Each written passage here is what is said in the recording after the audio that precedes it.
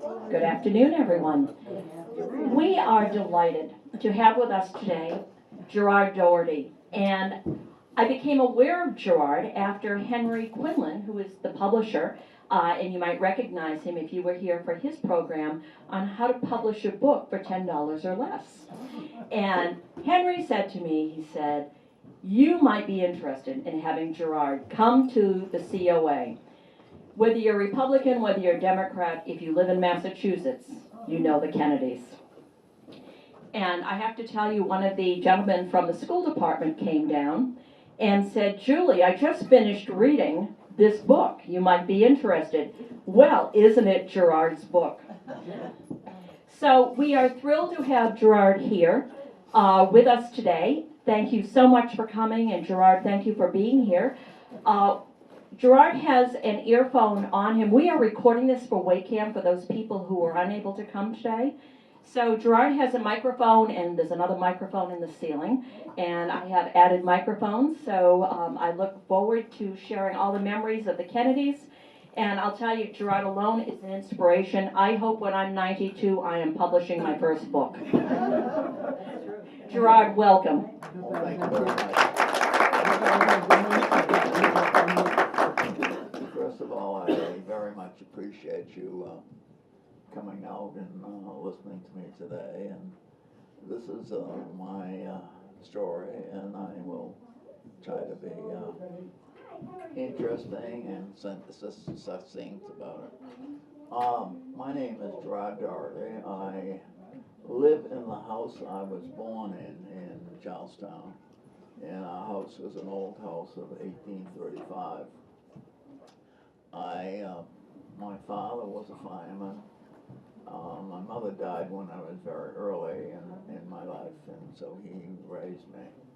By background, I ended up going to a local parochial school, and from there, when I got to be about the 8th grade, I became sort of crazy about football, and I was a football player, and I ended up going to Malden Catholic, which was a very good school, was a good football school, and I ended up graduating from there, and I had the opportunity to take some exams when I was a senior, and to qualify me to go to Harvard, and I passed the exam pretty well, and so I ended up going to Harvard, and there were not many people from Charlestown who went to Harvard. And anyway, after I finished it, I graduated in 1946. And that's the best time to start my story. In Charlestown, we had a holiday which celebrated the Battle of Bunker Hill in the Revolutionary War, and it was a big thing in our town. And so, on the 17th of June in 1946, I gathered with my friends, and I invited some friends to come to Charlestown. Excuse me, Gerard, 1 second. We're having a little difficulty hearing, so if you don't mind, we're going to switch gears. We're gonna use this microphone instead, all right? Can you hear me with this? Much better. Yeah. Well, anyway, where I ended up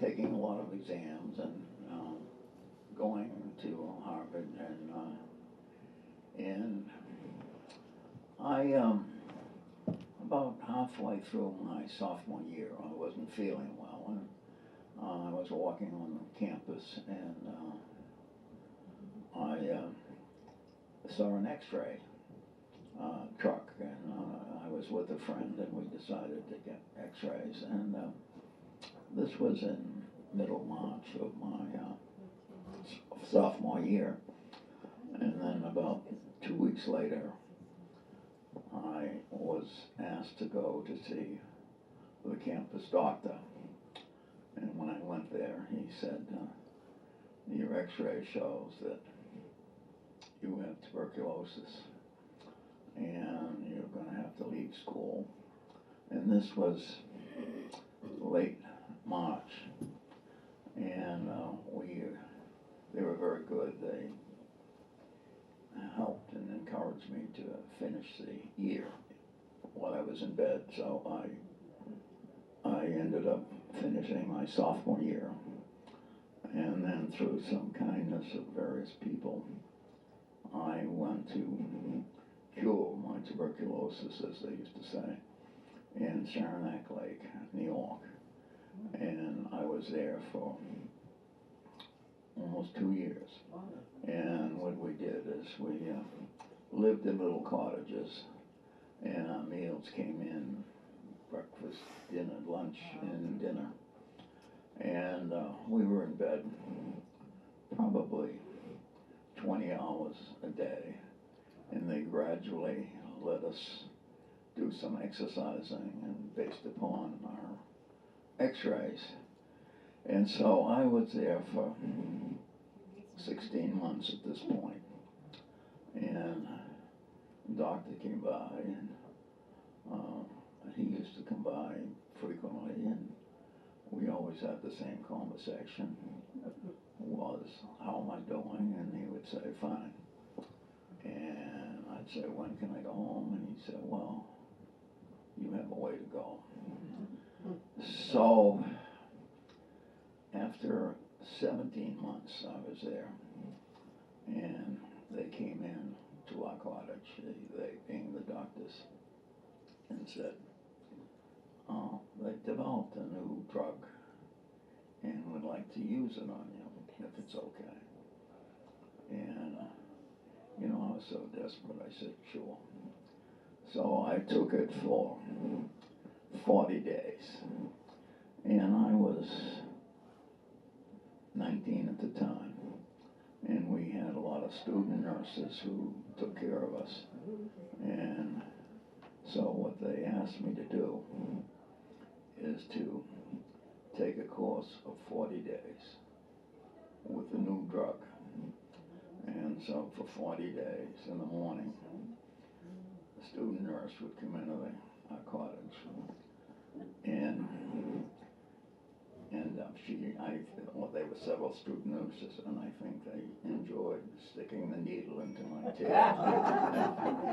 And so, after 40 days of this, they took x-rays, and they said, your illness is clearing up. And the medicine I took was streptomycin. So I then came back, and while I was there on the porch all the time, it was even before television, if you can imagine that.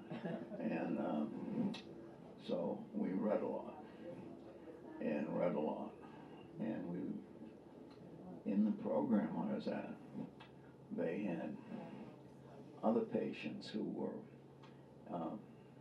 their health was better, but what they were doing is they were rehabbing there, and they were very bright people, talented people, and there was one woman who was a librarian from Maryland, and while she was rehabilitating, they would give her jobs, and one of the jobs that they gave her was if I paid $1 an hour, and 2 hours at a time, she could come in and we could talk about great books. And so I read a lot of great books. And then she decided that, you should read the French authors. So I read the French authors. Then you should read the German authors. And I read, and I read, and I read. A fellow who was on the porch with me was a German Jew whose family fled Hitler, and they went to Turkey. And this fellow ultimately ended up going to the University of Chicago and working on his doctorate. And he ended up having a course with myself. And so we shared the same porch together. And finally, he was getting well and going back to school. And he asked me if I wanted any of his books. And so I ended up, he had just taught himself Russian. I ended up with his Russian books. So I had 4 months of Russian and taught myself Russian, and then I was able to go back to Harvard. And my whole outlook changed, and I ended up taking, for the last 2 years I went to Harvard, I took intensive Russian, so I was sort of a Russian scholar, I used to call myself, and I was, you know, people, when I came back, I then went back to Harvard and finished, but I took intensive Russian, and I took all sorts of Russian books, and so I ended up finishing there, and then I had an opportunity to go to Detroit where I got a master's degree in public administration. I came back, and I got married to a wonderful woman, and we lived in Charlestown. And I was working, after I finished school, I was working in a health group. And we were at some kind of a celebration, and people were all my age, and we were there, and somebody mentioned the fact that the local state representative was just given a job as a judge, and so there was going to be a vacancy. And the mayor at the time was Mayor Hines, had a candidate he was going to fill the job with. And so I went to this reunion of contemporaries, and we were all talking around about various things and about the vacancy. And a girl I had gone to St. Mary's Grammar School with said, "You should run." And I said, I don't know what, I don't know anything about it. And then I was on the way to the John, and I heard some people talking about me running for office, and what a nitwit he is, you know. So I really sort of got upset. And I had this fellow who I knew, who was an older gentleman, and his granddaughter, went to grammar school with me. Used to sit in the window at the Knights of Columbus. And I was walking by there, rapped on the window, and I went in, and he said, "Are you crazy?" I said, "Why?" He said, "You don't know anything about it. You can't win. The mayor Hines as a candidate, and he's told everybody that's what's going to happen." And I said, "Well, I don't know." So finally I went back to this fellow, and I said, "I think I'm going to run." He said, "You're going to run like a racer?" "Oh, I know I'm going to run." He said, "You're crazy. You can't win with the mayor and all of his people that opposed you." And I said, "Well, I think I want to run."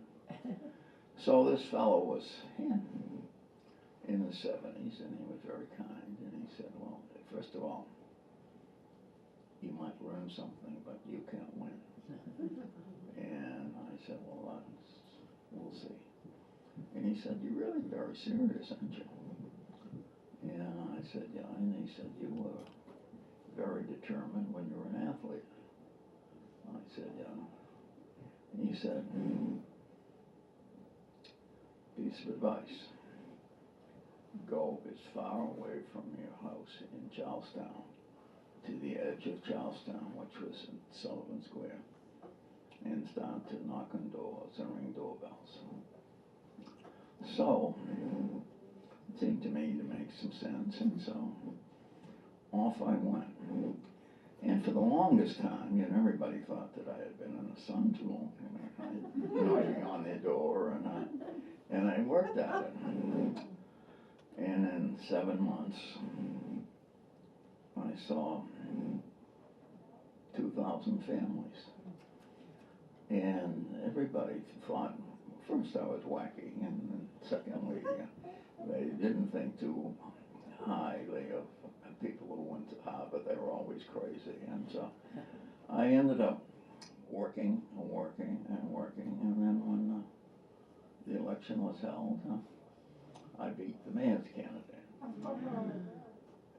As one of the most important parts as I progressed in my life is when I graduated from Malden Catholic in June of 46.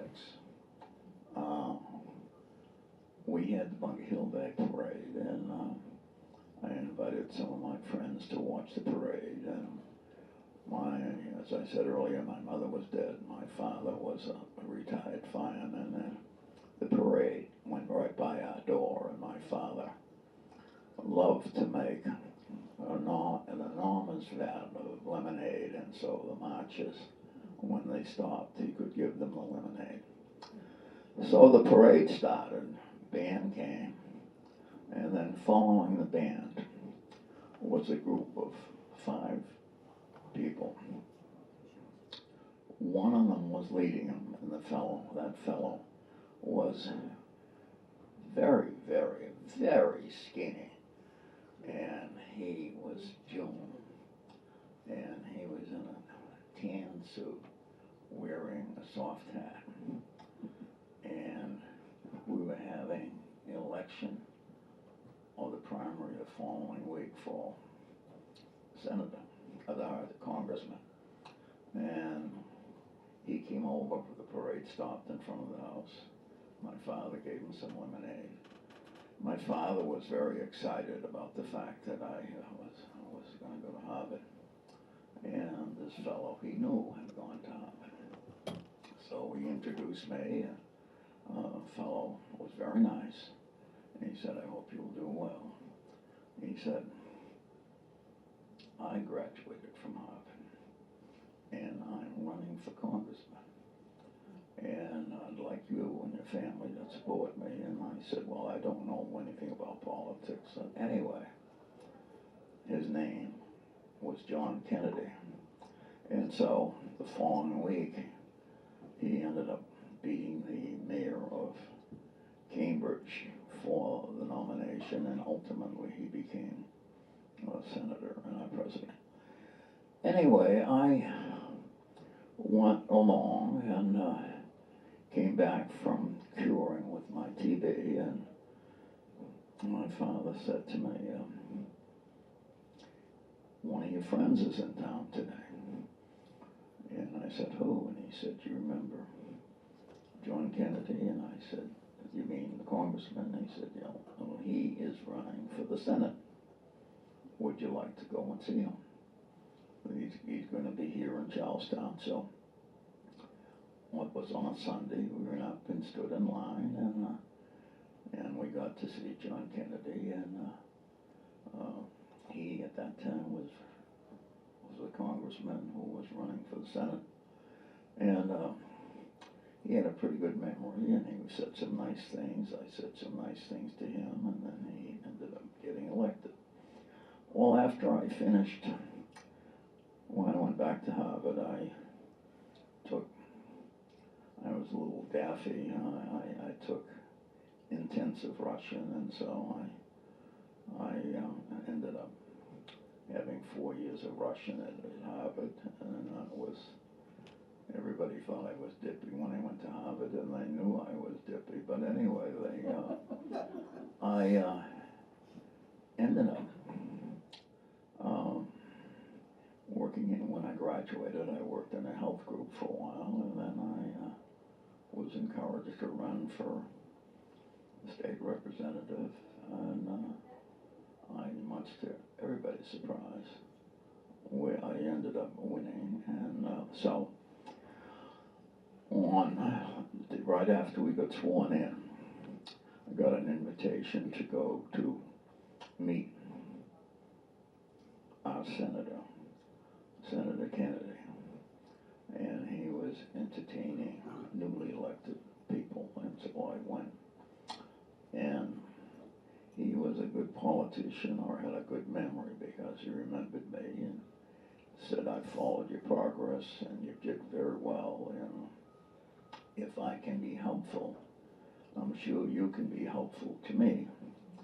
So after I was in my first term, a lot of the people that surrounded him, I knew and came from Charlestown, and so we had a good relationship. And what I would do is I would have ability to get 20 or 30 young people to deliver things, and so I did this for Senator Kennedy, and his people in turn were good to me. They helped me get jobs at Christmas time for people. And then at that time, the Charlestown Navy Yard was very busy. They had about 7,000 people there. They had different shops, and then when it came to Christmas, each shop, like the electrical shop or the carpenter shop, would have a Christmas party for Charlestown kids and have a lot of toys. However, they got so excited about the toys, they bought many more toys than the kids needed. So they called me and said, "You know, we got all these toys. Can you use them?"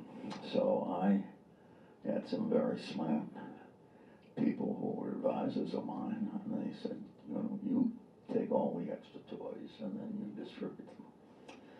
So as each shop had the parties, I got the toys.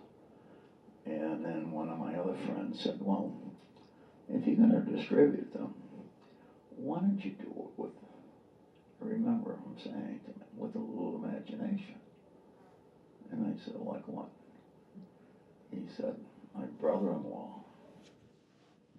has a Santa Claus suit, and we'll put you in Santa Claus." So we had to find the right size pillow to put in it. And so I went out and distributed, you know, all these extra toys. And people, about 4 years ago, I was unfortunately at a wake, and I ran into a fellow who said, "Oh, I knew you when you were Santa Claus." So anyway, I remained somewhat friendly with the people around John Kennedy, and then he got elected president, and I was finishing up my first term, and one of his local people called me and said, "The president would like to see you." And I said, "Like to see me? I mean, why? I'm just sort of a Mickey Mouse person." "Well, he would like to see you." So, you know, I got all dressed, and he was in town, and I went to see him, and he said, "My younger brother would like to run for office, and people tell me that you know how to do it, and would you be his advisor?" So that's how I ended up being associated with the Kennedys. So it was my job to get Teddy elected, and John Kennedy was, in addition to being president, he was our advisor, and the advice he gave was, "You have to work for it." And I nodded, you know, and he said, "This is what you're going to do, because this is what I did," he said. And he said, "You're going to get up, get dressed, and be on the street at 6 o'clock in the morning and talk to people going to work. And then you do that for about an hour or so. And then you're gonna go to restaurants and people were eating. And then after you did that, you're gonna go to shopping centers and work through that. And he said, so you're gonna start in the morning at 6 o'clock. You're gonna go right through noontime, lunch hour. And then at 2 o'clock, I'll tell you what I, John Kennedy, was told to do, and I do it. And I would, what, you do what? He said, I then sit in a bathtub or close to 2 o'clock for 2 hours. And I said, what do you do? He said, I just soak, and then I get some energy, and then I get back out on the street. So that's what you're gonna have to do with my brother Ted.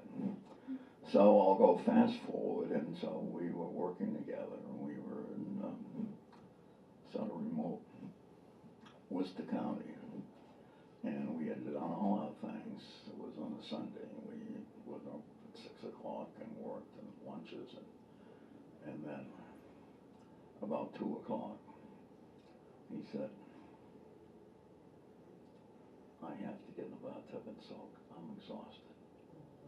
Well, we were sitting in the middle of the woods, all over where we were, squirrels. And I said, you know, we'll find a stream and you can put your feet in the stream. I said, he said, well, no, I really, he was panting. But this was about, on a Sunday, it was about 2:30, and we were in the bottom part of Worcester County. And he said, I have to soak. And I said, well, take your shoes off and we'll go over the stream. No. I have to be in a bathtub. I said, the only thing we got out here are squirrels. Oh, you're smart. You'll find a place. So we drive, and see nothing. Then suddenly he says, oh, stop. I think through the trees, there's a house. So we'll go over there. And then what we're gonna do? He said, you go up, ring the doorbell, and then what do? You ask them if I can use the bathtub. Stay out, you won't get arrested. I said, you know, Chris, no. I'm exhausted. Please. So we ring the bell. No answer. And about 2 minutes later, he said, well, try again. Ring the bell, and then we hear something inside. And the door finally opens. The guy is trying to do 2 things. Pull his pants up and pull his shirt on. And he said, what the hell are you doing? I said,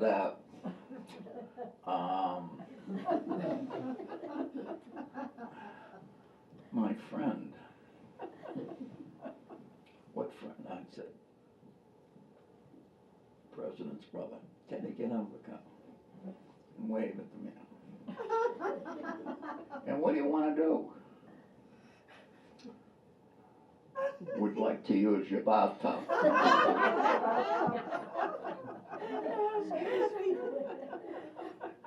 Guy said, what kind of a goddamn joke is this? So I said to the man, look, you know, I'm just trying to be helpful, and he's working hard, and guy said, well, he really wants to use my bathtub. And I said, yeah. So Teddy goes in and does his 2 hours of soak, and then comes out and thanks the fellow for using his bathtub. So anyway, we ended up, you know, ultimately putting our heads on straight, and we were running for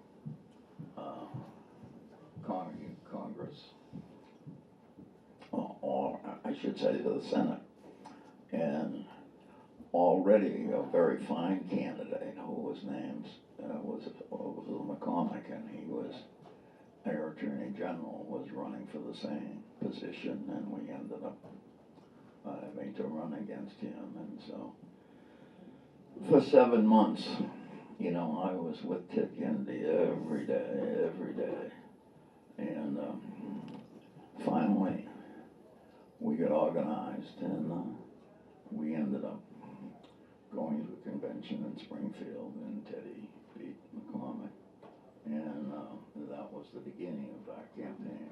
And we continued to go out, but we never made any kind of speeches. We just personal things, because Teddy was not a good speaker at the time.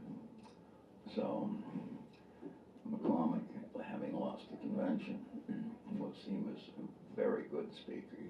He had gone to South Boston High School, and he went from there to Annapolis, and he was very bright. He was the Attorney General, and we were challenged all the time to debate with him, and we couldn't let Teddy do that. So finally, after we had won the convention, it was early in June, and so every week I had to go to meet with McCormick people and sort of flub them off to why we weren't having a debate. And I did it every Thursday. And so in the end of June we started. And every Thursday I would go, and you know, sometimes I naturally don't make any sense, but when I'm working at making no sense, I really get very good. So I used to go to these meetings.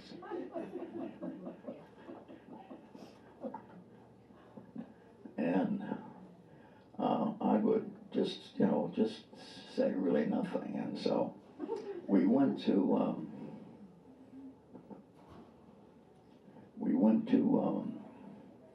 a meeting every Thursday about the debate from late June through all of July. And the McCormick people were pressing us. I was probably one of the best things I do in life. Sometimes I talk and make no sense, so I went to the meetings. And so we went all of July, and then early in August, they told me that we did have to have a debate, and they were practicing with Teddy, and Teddy is about ready. So early in August, I go to these meetings where I'd never said anything, and we had given some thought to what I was going to say. So finally, when they're pressing, I finally said, yeah, we will have a debate, and we will debate in South Boston High School, where Mr. McCormick went to school, and we will do it in another week.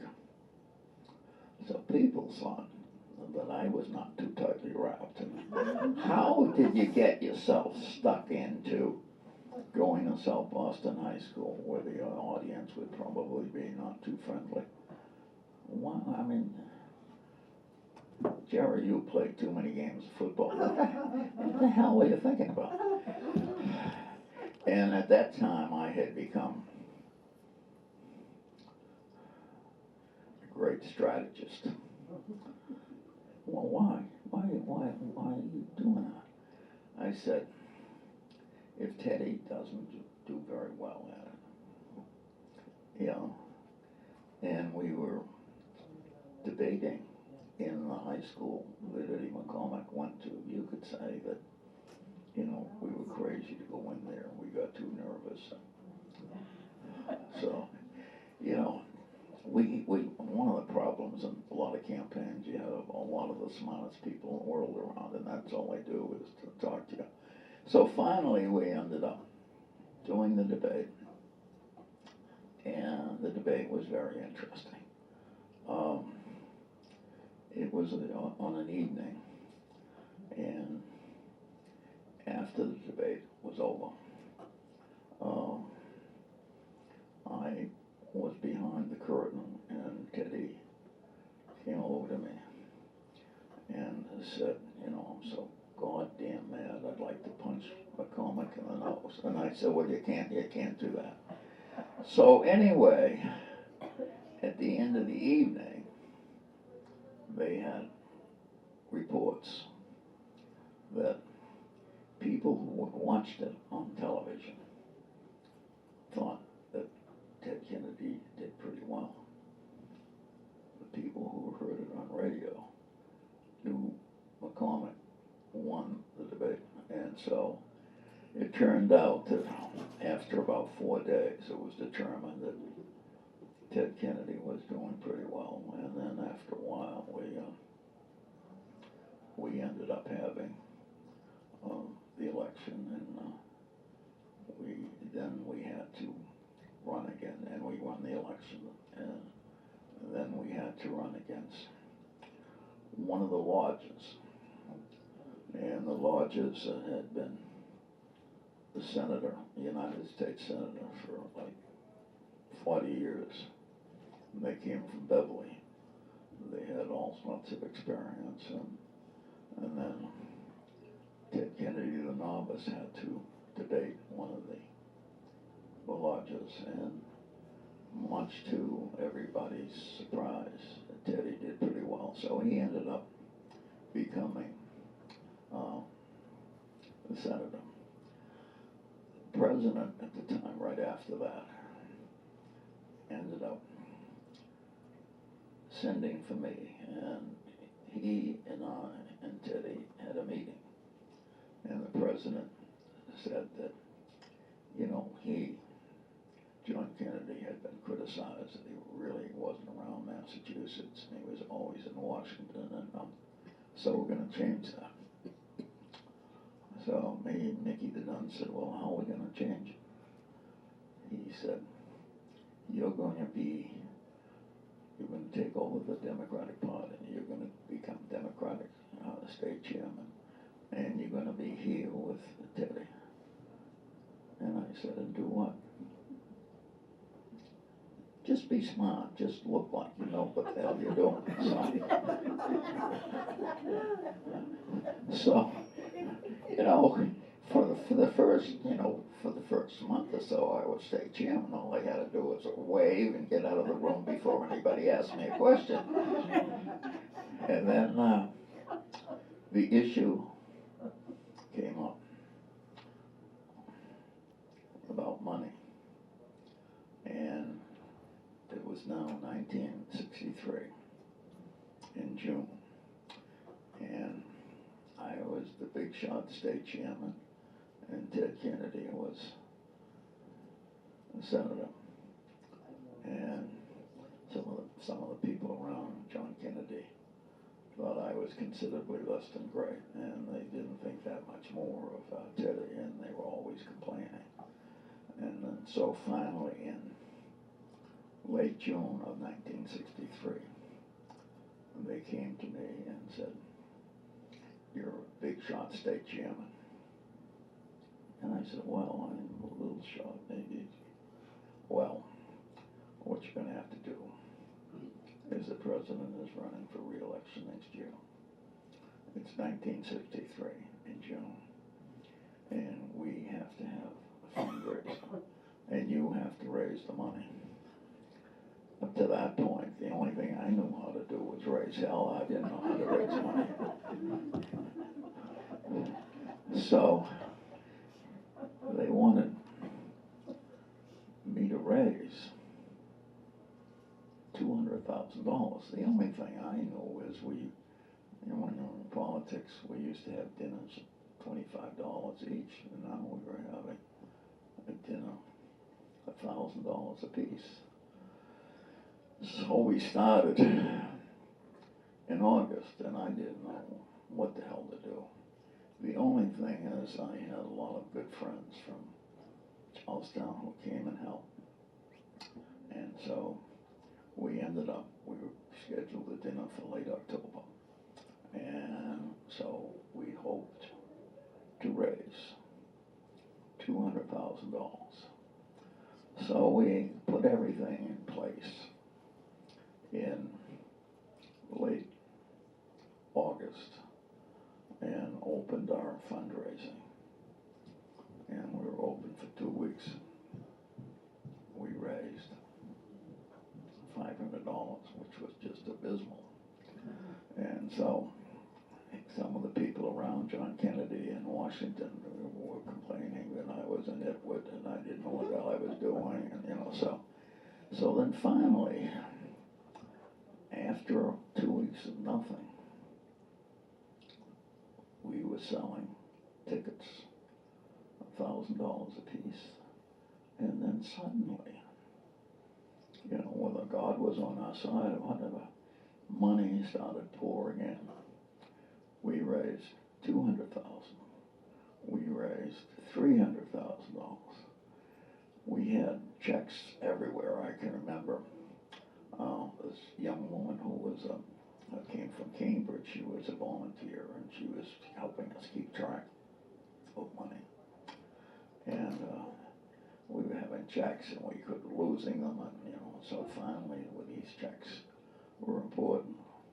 So I said to this girl who came from Cambridge, come over here. We keep losing these checks and coming where they come from. Oh, well, what do you want me to do? We're gonna, as the money comes in, we're gonna pin them to your chest. So she later remembered that she had a $35,000 chest on her. So anyway, we ended up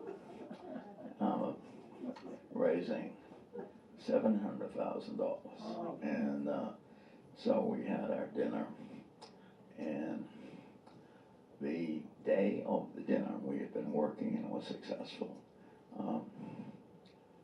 At noontime, our dinner was on a Saturday night, and we had over by DU we had an armory, which we ended up doing very well at, and so we had to sold 700 tickets at $1,000 a piece, and at noontime on the Saturday of the dinner, I got a call that John Kennedy had just arrived and wanted to see me, and he was very grateful for what I had done. So I went over to the hotel. I was admitted into his room, and he said, you've just done very well. And he said, I try to think of some kind of a surprise reward for you because you really deserve it. Well, then I started to think, well, he can't give me the Congressional Medal. What kind of thing is he going to give me? And he said, sit down. And you did very well, and we're going to do very well tonight. And I said, yes, sir. But I have a surprise. You really deserve a reward. So I couldn't figure out what kind of a reward was I going to get. So I was sitting there. There were the two of us, and he had a little buzzer. And he spoke on the speaker and for the fellow who was outside, bringing a surprise. Well, I know it wouldn't be a horse because of it, but in a matter of 20 seconds, you can have all sorts of imagination. And the fellow comes in with the two largest dishes of chocolate ice cream you've ever seen. So that was my great day in the sun.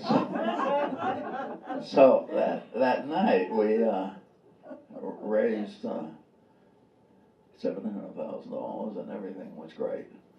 And as I said earlier, he had, after Teddy got elected, John Kennedy took over the party and made me state chairman, and everything was fine. He went away with a lot of money, and then 5 weeks later he was killed, and so that was a very sad time. And I continued as state chairman for a while, and Teddy was very affected by the whole thing, and I ended up continuing to be involved with him. One of the things that I did when I first worked with Teddy on the convention, I spent all my time, I was in the legislature, and I was a young lawyer, and I spent all my time working and working. And so after we won the convention, his brother-in-law, the convention was on Saturday, we won the convention, and his brother-in-law on Monday said to me, you know, you've done a great job, and you're here all sorts of time.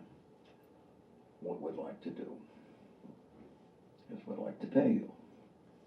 Well, my head swelled up, and I just, strutted around, and, well, thank you, and so I went home that night, and my father was visiting, and he said, you're doing pretty well. And I said, yeah, and I had just been married. I said, I'm doing very well. They want to pay me. And he said, the Kennedys want to pay you? That's unusual. He said, do you and your wife Marilyn have any bills?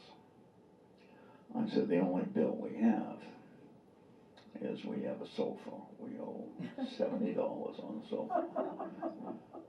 And he said, so you don't need money? He said, you always need money. No, you don't always need money. My father, as I said earlier, had only gone to third grade in school. He said, you don't need any money. I said, no, why are you repeating? He said, tell him, you don't want any pay. You're going to be a volunteer. So they can never fire you. You can quit.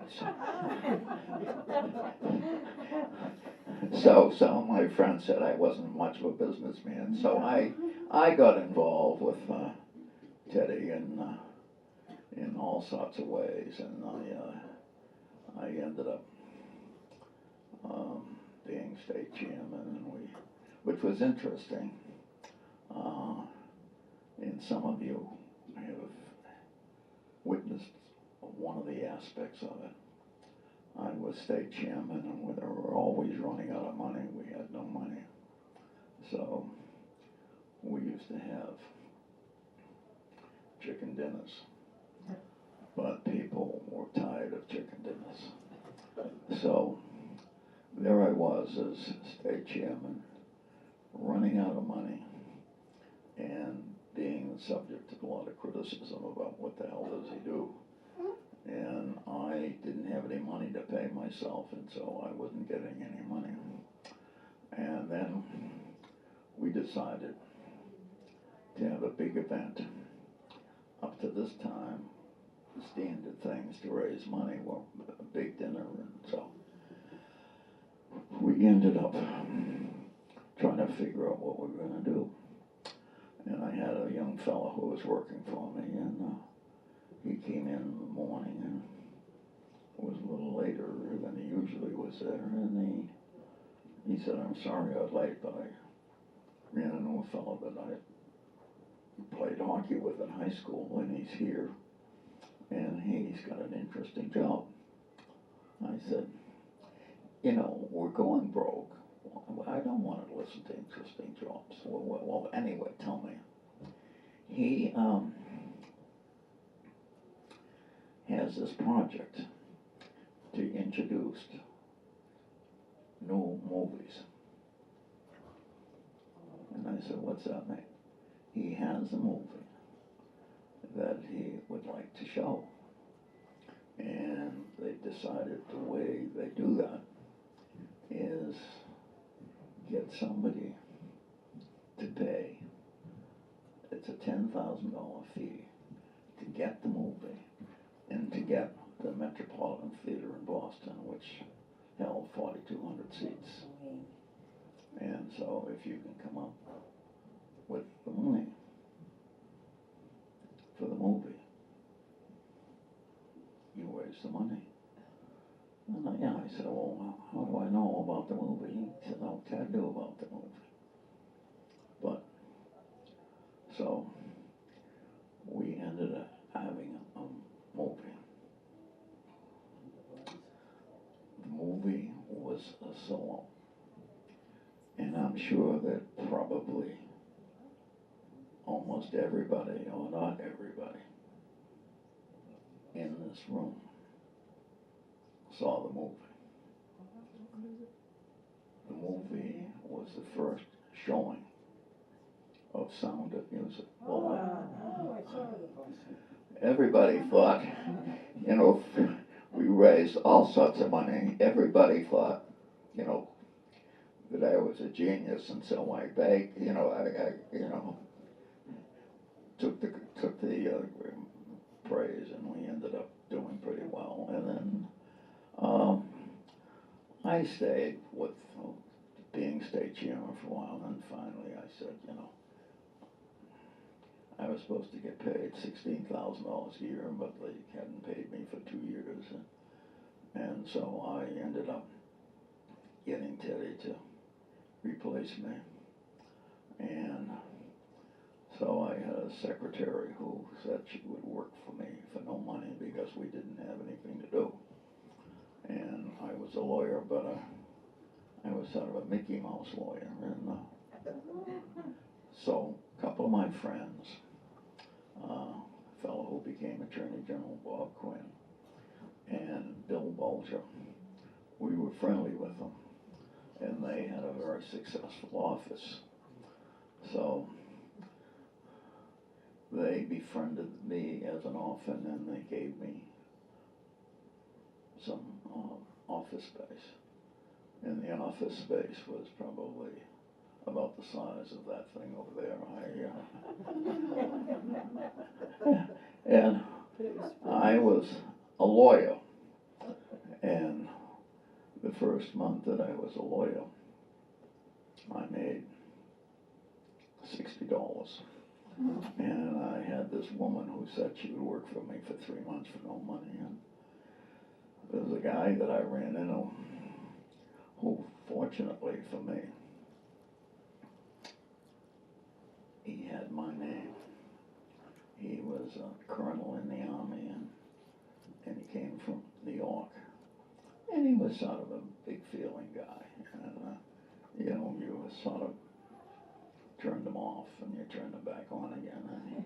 And so he came up and he said to me, I really want to help you. And I said, oh. He said, yeah. He said, I'd like to give you, if it's enough now, I'd like to give you $4,000 a month for the next 6 months. Well, that was more money than I ever saw, so I ended up becoming a lawyer and doing pretty well. And then I continued to raise money for Ted Kennedy, and every May we would have a dinner, and it was my responsibility to raise money, and we ended up, first dinner we raised $200,000, $300,000, and ultimately, when I left it, we were raising $2.5 million.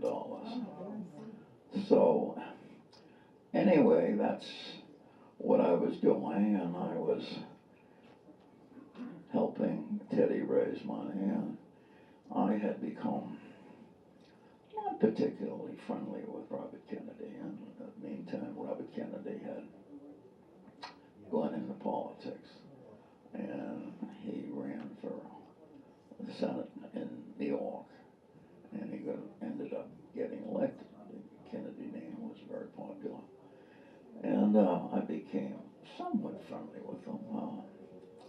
And then time went on, and his brother Robin decided that LBJ had his first term, which was when John Kennedy died. LBJ finished his term, and everybody knew LBJ was going to run again. Well, then it was, the year was 1968, and LBJ decided that he had trouble and he wouldn't run. So his vice president took over, and the vice president was running. It was Hubert Humphrey, and a fellow out of Midwest, had an Irish name, I don't think of his name, ended up doing very well in the first primary. And so we are now 1968, and Robert Kennedy decided that he was going to run, and he couldn't get all the governor of Indiana was a Democrat, had an Irish name. He decided he was going to run, so he was running for nomination in Indiana, and Robert Kennedy decided that he was going to run for president, and the first place that he could run in was in Indiana. So they asked me to go there and look around, and I was late in sometime early in March, and I found out that, you know, all the elected officials were supporting the governor, and Ted Kennedy's closest friend was Birch Bayh. So I went to see Birch Bayh, and he said, I can't give you any money, I have support the governor. So I ended up being sent there to run the campaign, and every elected official, a Democrat, supported the governor, so we couldn't get any normal people to run our campaign, and so we had to put together a campaign. And the Kennedys in 1960, when John Kennedy got elected president, he had lost the state by 200,000 votes. So the name wasn't a popular name. So there I was in Indiana running a campaign, and couldn't get any elected officials, including Birch Bayh, to help us. So I went out there and tried to put together a campaign, and I had 3 young Democrats, and we worked from about 6 o'clock until 2 o'clock in the morning, and then we met again the next morning and started working at 7. And then some funny things happened. We went in to have breakfast, and I hadn't eaten in almost 2 days. And I fell asleep, and then woke up and fell asleep, and in the process of it, I was having waffles, and I just put one of the waffles with all the syrup and everything else on it. I missed the plate, and I put them on my pants. Well, talk about hardship. So I had to walk around with a newspaper in front of me. And then, you know, I was, how much worse can it get? And we, after my pancake problem, we were walking back to our office, and there was these high school kids that were pouring in towards us. And then suddenly, God had to appear. And let me explain what I mean. everything was going backwards in how God appeared. These kids, they're all black, were walking towards us. And probably 1 out of 3 or 2 out of 3 had high school shirts on. And the shirt said, Crispus Attucks. Now, a whole stream of them coming by. They're all black. Now, do any of you remember who Crispus Attucks was? Tell me who it was. Black man killed by the State House. Right. A black man. Give the lady a hand because well anyway we ended up with the Crispus Attucks people, and I called the high school principal and I told him I had come to town to run the Robert Kennedy campaign, and I refreshed myself on as to who Crispus Attucks was. I told him about Crispus Attucks and he told me how they named their high school Crispus Attucks.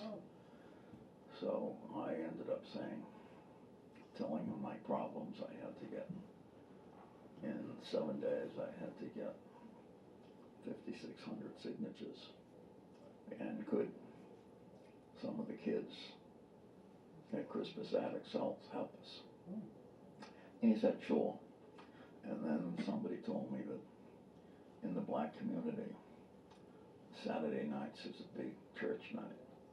And so we ended up dressing up all of us band people and going to 8 of the black churches with their uniforms on, and got signatures. So the following Thursday, Robert Kennedy came into town.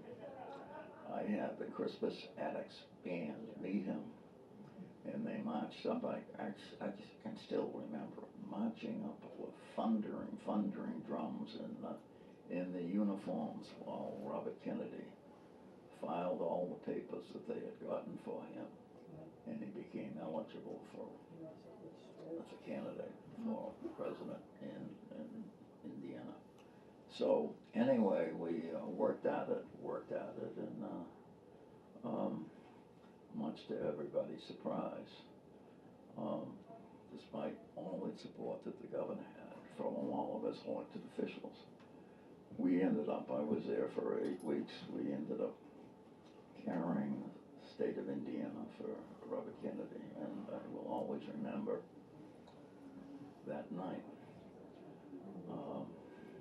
We had a lot of help from some people who came out from Boston, and Robert Kennedy beat the governor, and he called me and he wanted me to go with him on TV, and I said, I can't until we find out where all the people from Massachusetts are, and some of them don't have any money, some of them don't have any place to stay.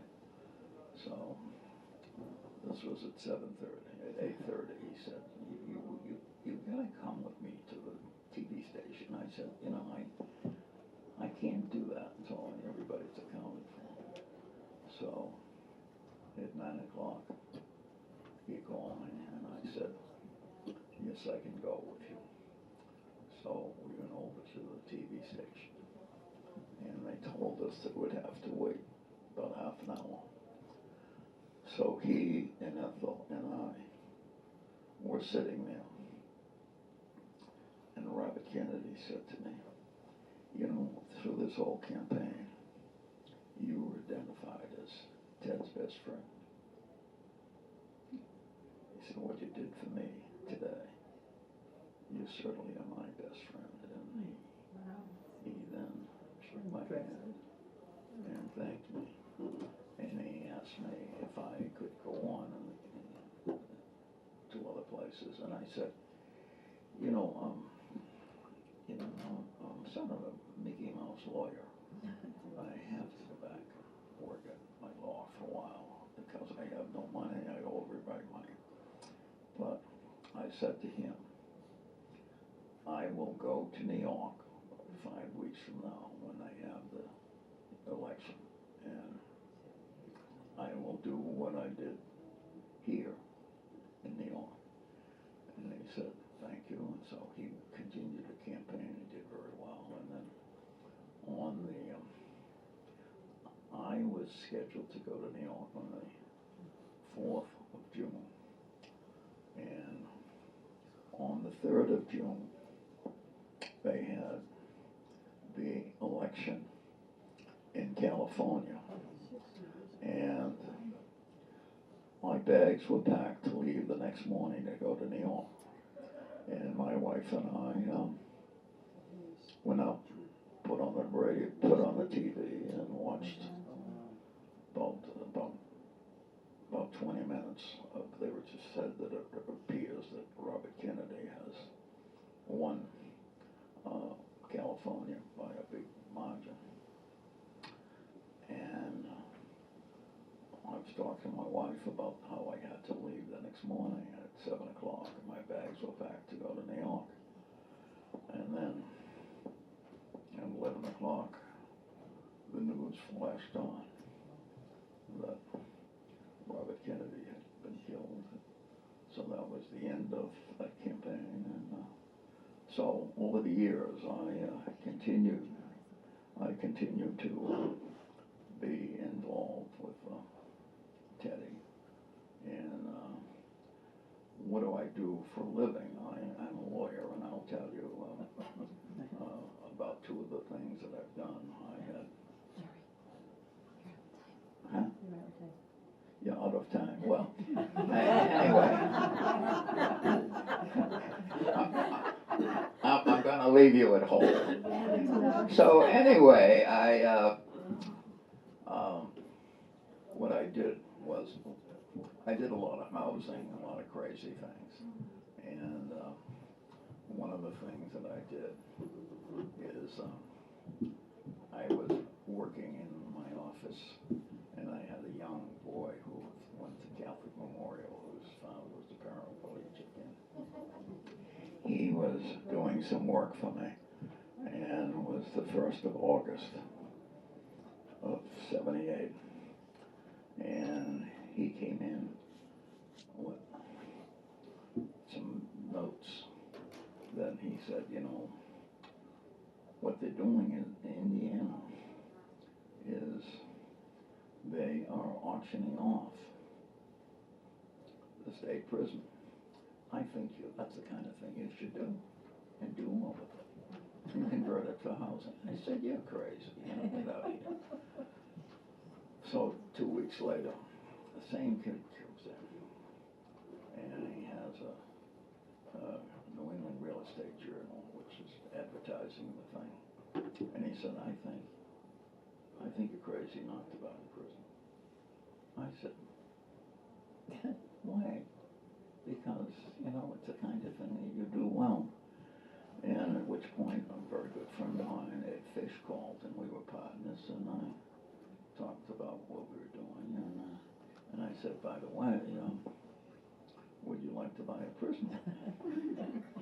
He said, I've worked very hard to stay at a prison. And anyway, we ended up buying the prison up in Vermont and converting it to housing. That was one of the things that we did. And the other thing I did is we bought the Naval Hospital land in Chelsea, and we ended up building a little over 1,000 units of housing in Chelsea, Massachusetts, and that's how I made my living. And my assistant has now kicked me 3 times to tell me time is over. So you've been a great audience. One of the things that I do, if you ask me easy questions, I could answer them, but if anybody has, any questions, I'd be happy to try and answer them. Gerard, we're going to, because we're recording this for Waycam, we're going to thank you very much for joining us. But if any of you have questions to come up after, and that way we'll close out the recording. So Gerard, thank you so much. Thank you very A much. lifetime of fascinating memories. Thank you again.